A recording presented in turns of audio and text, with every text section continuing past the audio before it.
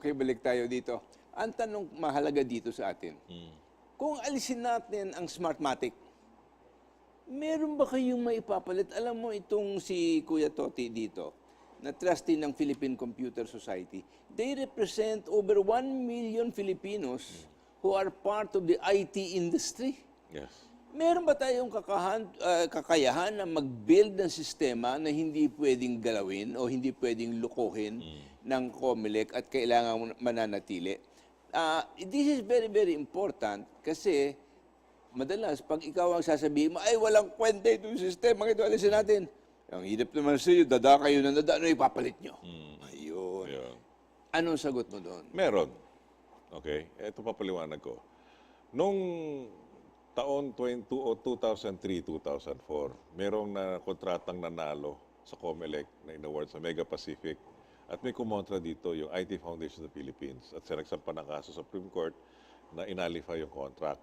Bagamat ang Philippine Cross Society nakita nila ang kanilang patakaran at pamaraanan para ipatupad itong batas, nakita ng Philippine Cross Society na akma ito sa batas. Kaya sumang-ayon ang Philippine Cross Society na tulungan ang COMELEC at nakibahagi sila dito creating the Project Implementation Management Team. Makarating ang buwan ng Enero 2004, lumabas ang Korte Suprema ng ruling. Bagamat naka 70% or 80% na yung development ng system, to nullify the contract. Anong ginawa ng COMELEC? They have to revert back to manual system. And then came the election of 2010, alam na natin, naging mano-mano yun. Alright? So, ngayon, Nobyembre, may Disyembre, merong Enero, may mga nagsampa ng mga nullification ng kontrata doon sa option to purchase. Pag let's say gumawa ng desisyon ng Korte Suprema na inalify yung contract on the grounds na yung evidence is merit to pwede sila magresulta sa mano-manong botohan at bilangan. Pero yung transmission, pwede lang automated. Ngayon, In other words, a hybrid system. hybrid. Ngayon, sa tayo kukuha nung electronic transmission and digital, meron na nga binili ang pamalaan, ang COMELEC noong 2010, binayaran nila yung CCS, yung Counting and Canvassing System nang nanggaling sa Smartmatic na pwede natin gamitin. At ganoon din ginamit yun sa 2013 at sa 2016. Lilinisin lang nyo. Lilinisin na lang yun. So, anong problema? Yun ay bayad na. So, in other words, nandyan na ang mga pangangailangan natin para mapatupad ito kung ikakansela natin ang PICOS. Oo. Kasi ang dayan talaga dito nasa transmission eh. Hindi doon sa bilangan eh. Okay? Ngayon, kung ang bilangan nakikita ng taong bayan dahil yung ginagamit ng sistema na binabase sa harap ng mga botante at makikita mo yung tinataras, kita ng lahat. Okay, ang sistema na hybrid is sa presinto, manual Manual. counting. Manual counting, manual... In the presence of everybody, tapos magbibigay ka ng resulta na pwedeng hawakan para sabihin, ito ang mga boto na nakuha ng lahat. Lahat. So everybody involved in that election, in that precinct, Kita. knows kung ano nangyari. At pwede mo kuha na selfie. Oo, kunin mo na selfie or whatever, pero meron ka na ngayong ebidensya kung ano nangyari sa presintong ito. Ngayon, pag tinransmit ngayon yan mula dun sa presinto papunta sa counting center or tabulation center, matetrace mo ngayon yung transmission na yun. Correct. So you can verify kung nabago ang resulta pagdating sa tabulation center, Yeah. kung yan ay sang-ayon sa nakuha mong kopya. Correct. At segunda lang ang binibilang doon, hindi oras, hindi araw. Yung transmission na yun, kabilis-bilis. Eh kung nagte-text ka na lang, agad-agad, dadating na nga sa'yo, milyon-milyon yun, ilan lang itong bibilangin mo. Wala pang 300,000 ang dami ng presinto sa 44,000 na polling center. So in other words, hindi question na na-delay ng IT traffic or whatever. Mabilis. Mabilis lang yun, sandali lang yun, saglit lang yun. Mabilis pa Kanya ang tabulation can be finished. We should know all the official results. Bago pa maghating gabi. Bago mag-ating gabi, palagay na natin na isa pang araw. Mapasang araw, kinamagahan, alam na ang resulta sa Dapat lahat. malinaw na ang result. Malinaw na. Ayun. At saka, yung sistema ngayon, verifiable. Okay, itong resulta mo dito. Tingnan natin. O-audit lang. Mag-audit ka. Pwede mo makita at kung saan nanggaling lahat ng pumasok. Correct. Mabe-verify mo kung legitimate o hindi. Tama ho yan. Ganun Pero lang it's a simple system and our IT people are smart enough. Ngayon, ang question ko sa inyo ganito. Yung bang IT industry niya na palagay mo gagawa ng sistema para dyan. Ay baka naman sila ay maaaring lagyan para Oo nga. gumawa ng house show. Ipagpalagay na natin malalagyan yan. Ano ba naman yung ilalagay mo sa website? Ang bawat resulta mula sa presinto, mula sa polling center sa website. Nakita ng lahat. Pag meron kaduda doon, syempre, aangal yung mga nakakaalam ng ibang katotohanan. At pag nalaman nila yung katotohanan, pwede silang magsampa ng kaso antimano doon sa oras mismo. At wala nang delay-delay. Kaya kahit anong gawin ng pandaraya, hanggang doon sa pagbato, ay makikita pa rin ng mga tao sa baba.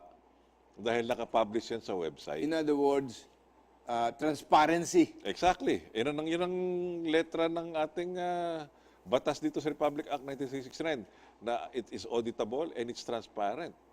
Okay.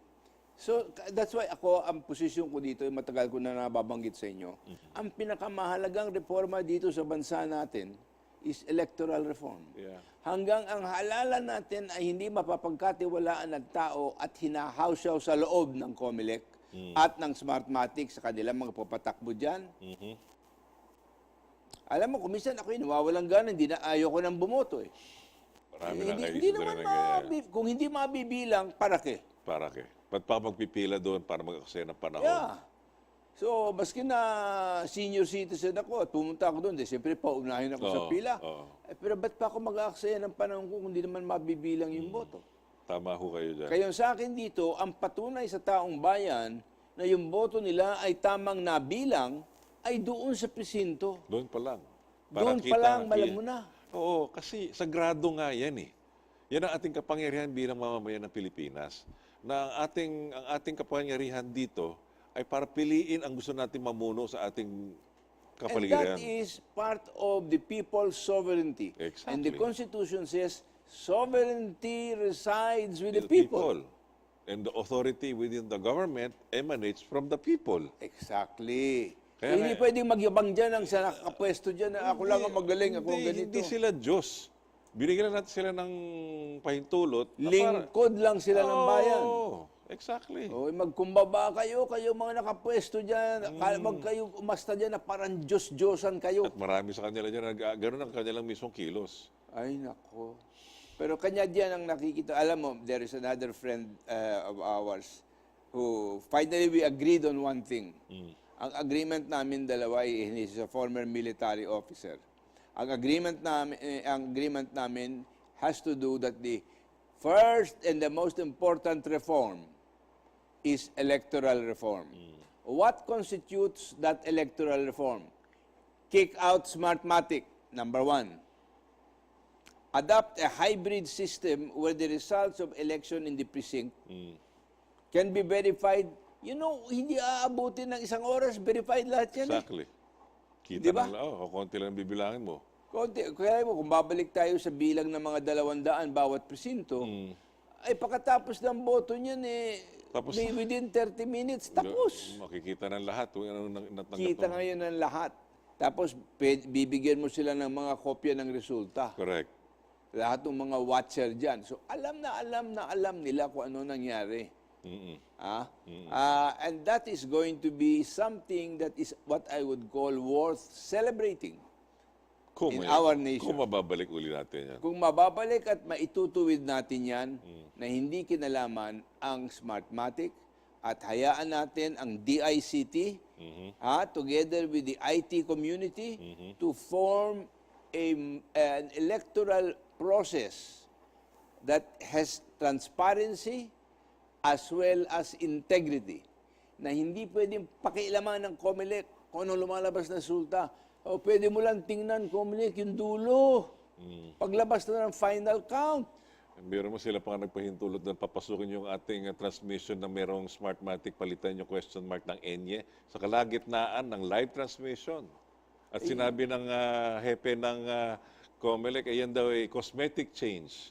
Yung cosmetic change, wala sa terminolohiya ng IT, nasa terminolohiya ng cosmetology. Oo. Ba't yung lalagyan ng cosmetic change sa IT? Alam mo, lahat ng eskusa gagawin nila para manatili ang kanilang kakayahan na dayain ng eleksyon at kumita ng pera. Napakagahamon sa salapi. Na sinasabi nga nila, 40 to 45 billion is spent Yeah. for the electoral process na, yun, mga lagay lang yun. At sa kanila, pinahiram lang natin sa kanila kapangyarihan para mamuno, para magasiwa. Hindi mamuno, magasiwa lang. Huwag sa kanila. kayo sa Comelec na mag-Diyos-Diyosan yan. Mahiya naman kayo. Hindi ba? Ayun, Sa akin dito, yan karapatan, yan ay bahagi ng soberenidad ng taong bayan. Dapat tayong lahat makikialam dyan at panindigan natin ang integridad ng ating proseso ng paghahalal at pagbibilang. Una-una, sa Constitution, you cannot subcontract the tabulation to anybody. It must be done by Comelec. Correct. Bakit ninyo ngayon isa-subcontract yun sa Smartmatic? Nadayuhan pa. Dayuhan pa. Tama ka doon. Anong ibig sabihin nun? Akala ninyo, kung constitutional body kayo, you have the ability to violate the law Yeah, with impunity. exactly. And that is, sa That is akin, high treason. I was about to say, mahanap ako ng salita doon. That's high treason. And that is something that is worth Punishable. the impeachment Yes, of everybody in Comelec. exactly. I am one with you with there. Kanya lang, sinong politiko ang may lakas ng loob na manindigan para sa taong bayan at sa tama? Huwag kayong makinig sa lahat ng mga pangako. Tingnan ninyo sa aktwasyon nila kung nandoon yung tapang ng loob para maging matuwid and to become righteous and to do what is right. Sukatin mo na lang ngayon ang mga listang mga kandidato para Senado. Sino sa kanila ang hamon ay palitan ang Smartmatic, tanggalin ang Smartmatic? Wala. Sino sa kanila ang gusto magkaroon ng reforma sa halalan? Wala. Yun na nga. Kami lang dito Ikaw. sa... Ay, nako. From 0916-736-1553. Pwede po ba na buwagin na ang Comelec at ipahawak na lang sa private sector ang ating eleksyon? Ano po ang masasabi nyo dito? Well, ang aking position dito is simple. Pwedeng magandang gawin yan, kanya lang baka hindi pa hintuluto ng ating saligang batas. Kasi nasa saligang batas po lahat yung mga probisyon tungkol sa halalan na inilalagay sa Comelec ang kapangyarihan, hindi lang ang kapangyarihan, kundi ang responsibilidad, ang pananagot sa matino at magandang halalan. Magagawa mo lang yan sa extraordinary circumstance. In other words, under-revolutionary condition na. Ayun. From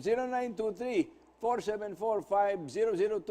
Magandang gabi po, Mr. Rosa. Kung pwede lang pahintulutan kaming mamamayan para sunugin na lang yung Smartmatic na yan, total wala naman kaming nakikitang aksyon para sa buwagin na yan. Sayang naman ang boto namin dahil sinasalaula lang ng Comelec. Naku kapatid, I agree with you. Kanya lang, sa akin dito, anuman ang nararamdaman ko, hindi ko pwedeng pabayaan na maimpluwensya ng aking kilos na gumawa ko ng isang bagay na labag sa batas. Tama ho. Kasi hindi mo pwedeng palitan yung paglalabag sa batas ng karagdagang paglalabag sa batas. Dahil lalaki lang ang gulo. Lalaki lang ang gulo. Kailangan- Kailangan dito manindigan ang taong bayan. Guluhin ninyo yan sa presinto. Tiyakin ninyo na matino. At yun ang pinakamahalaga. We will be back after a short while at meron lang tayong ilang paalala. Balik po tayo.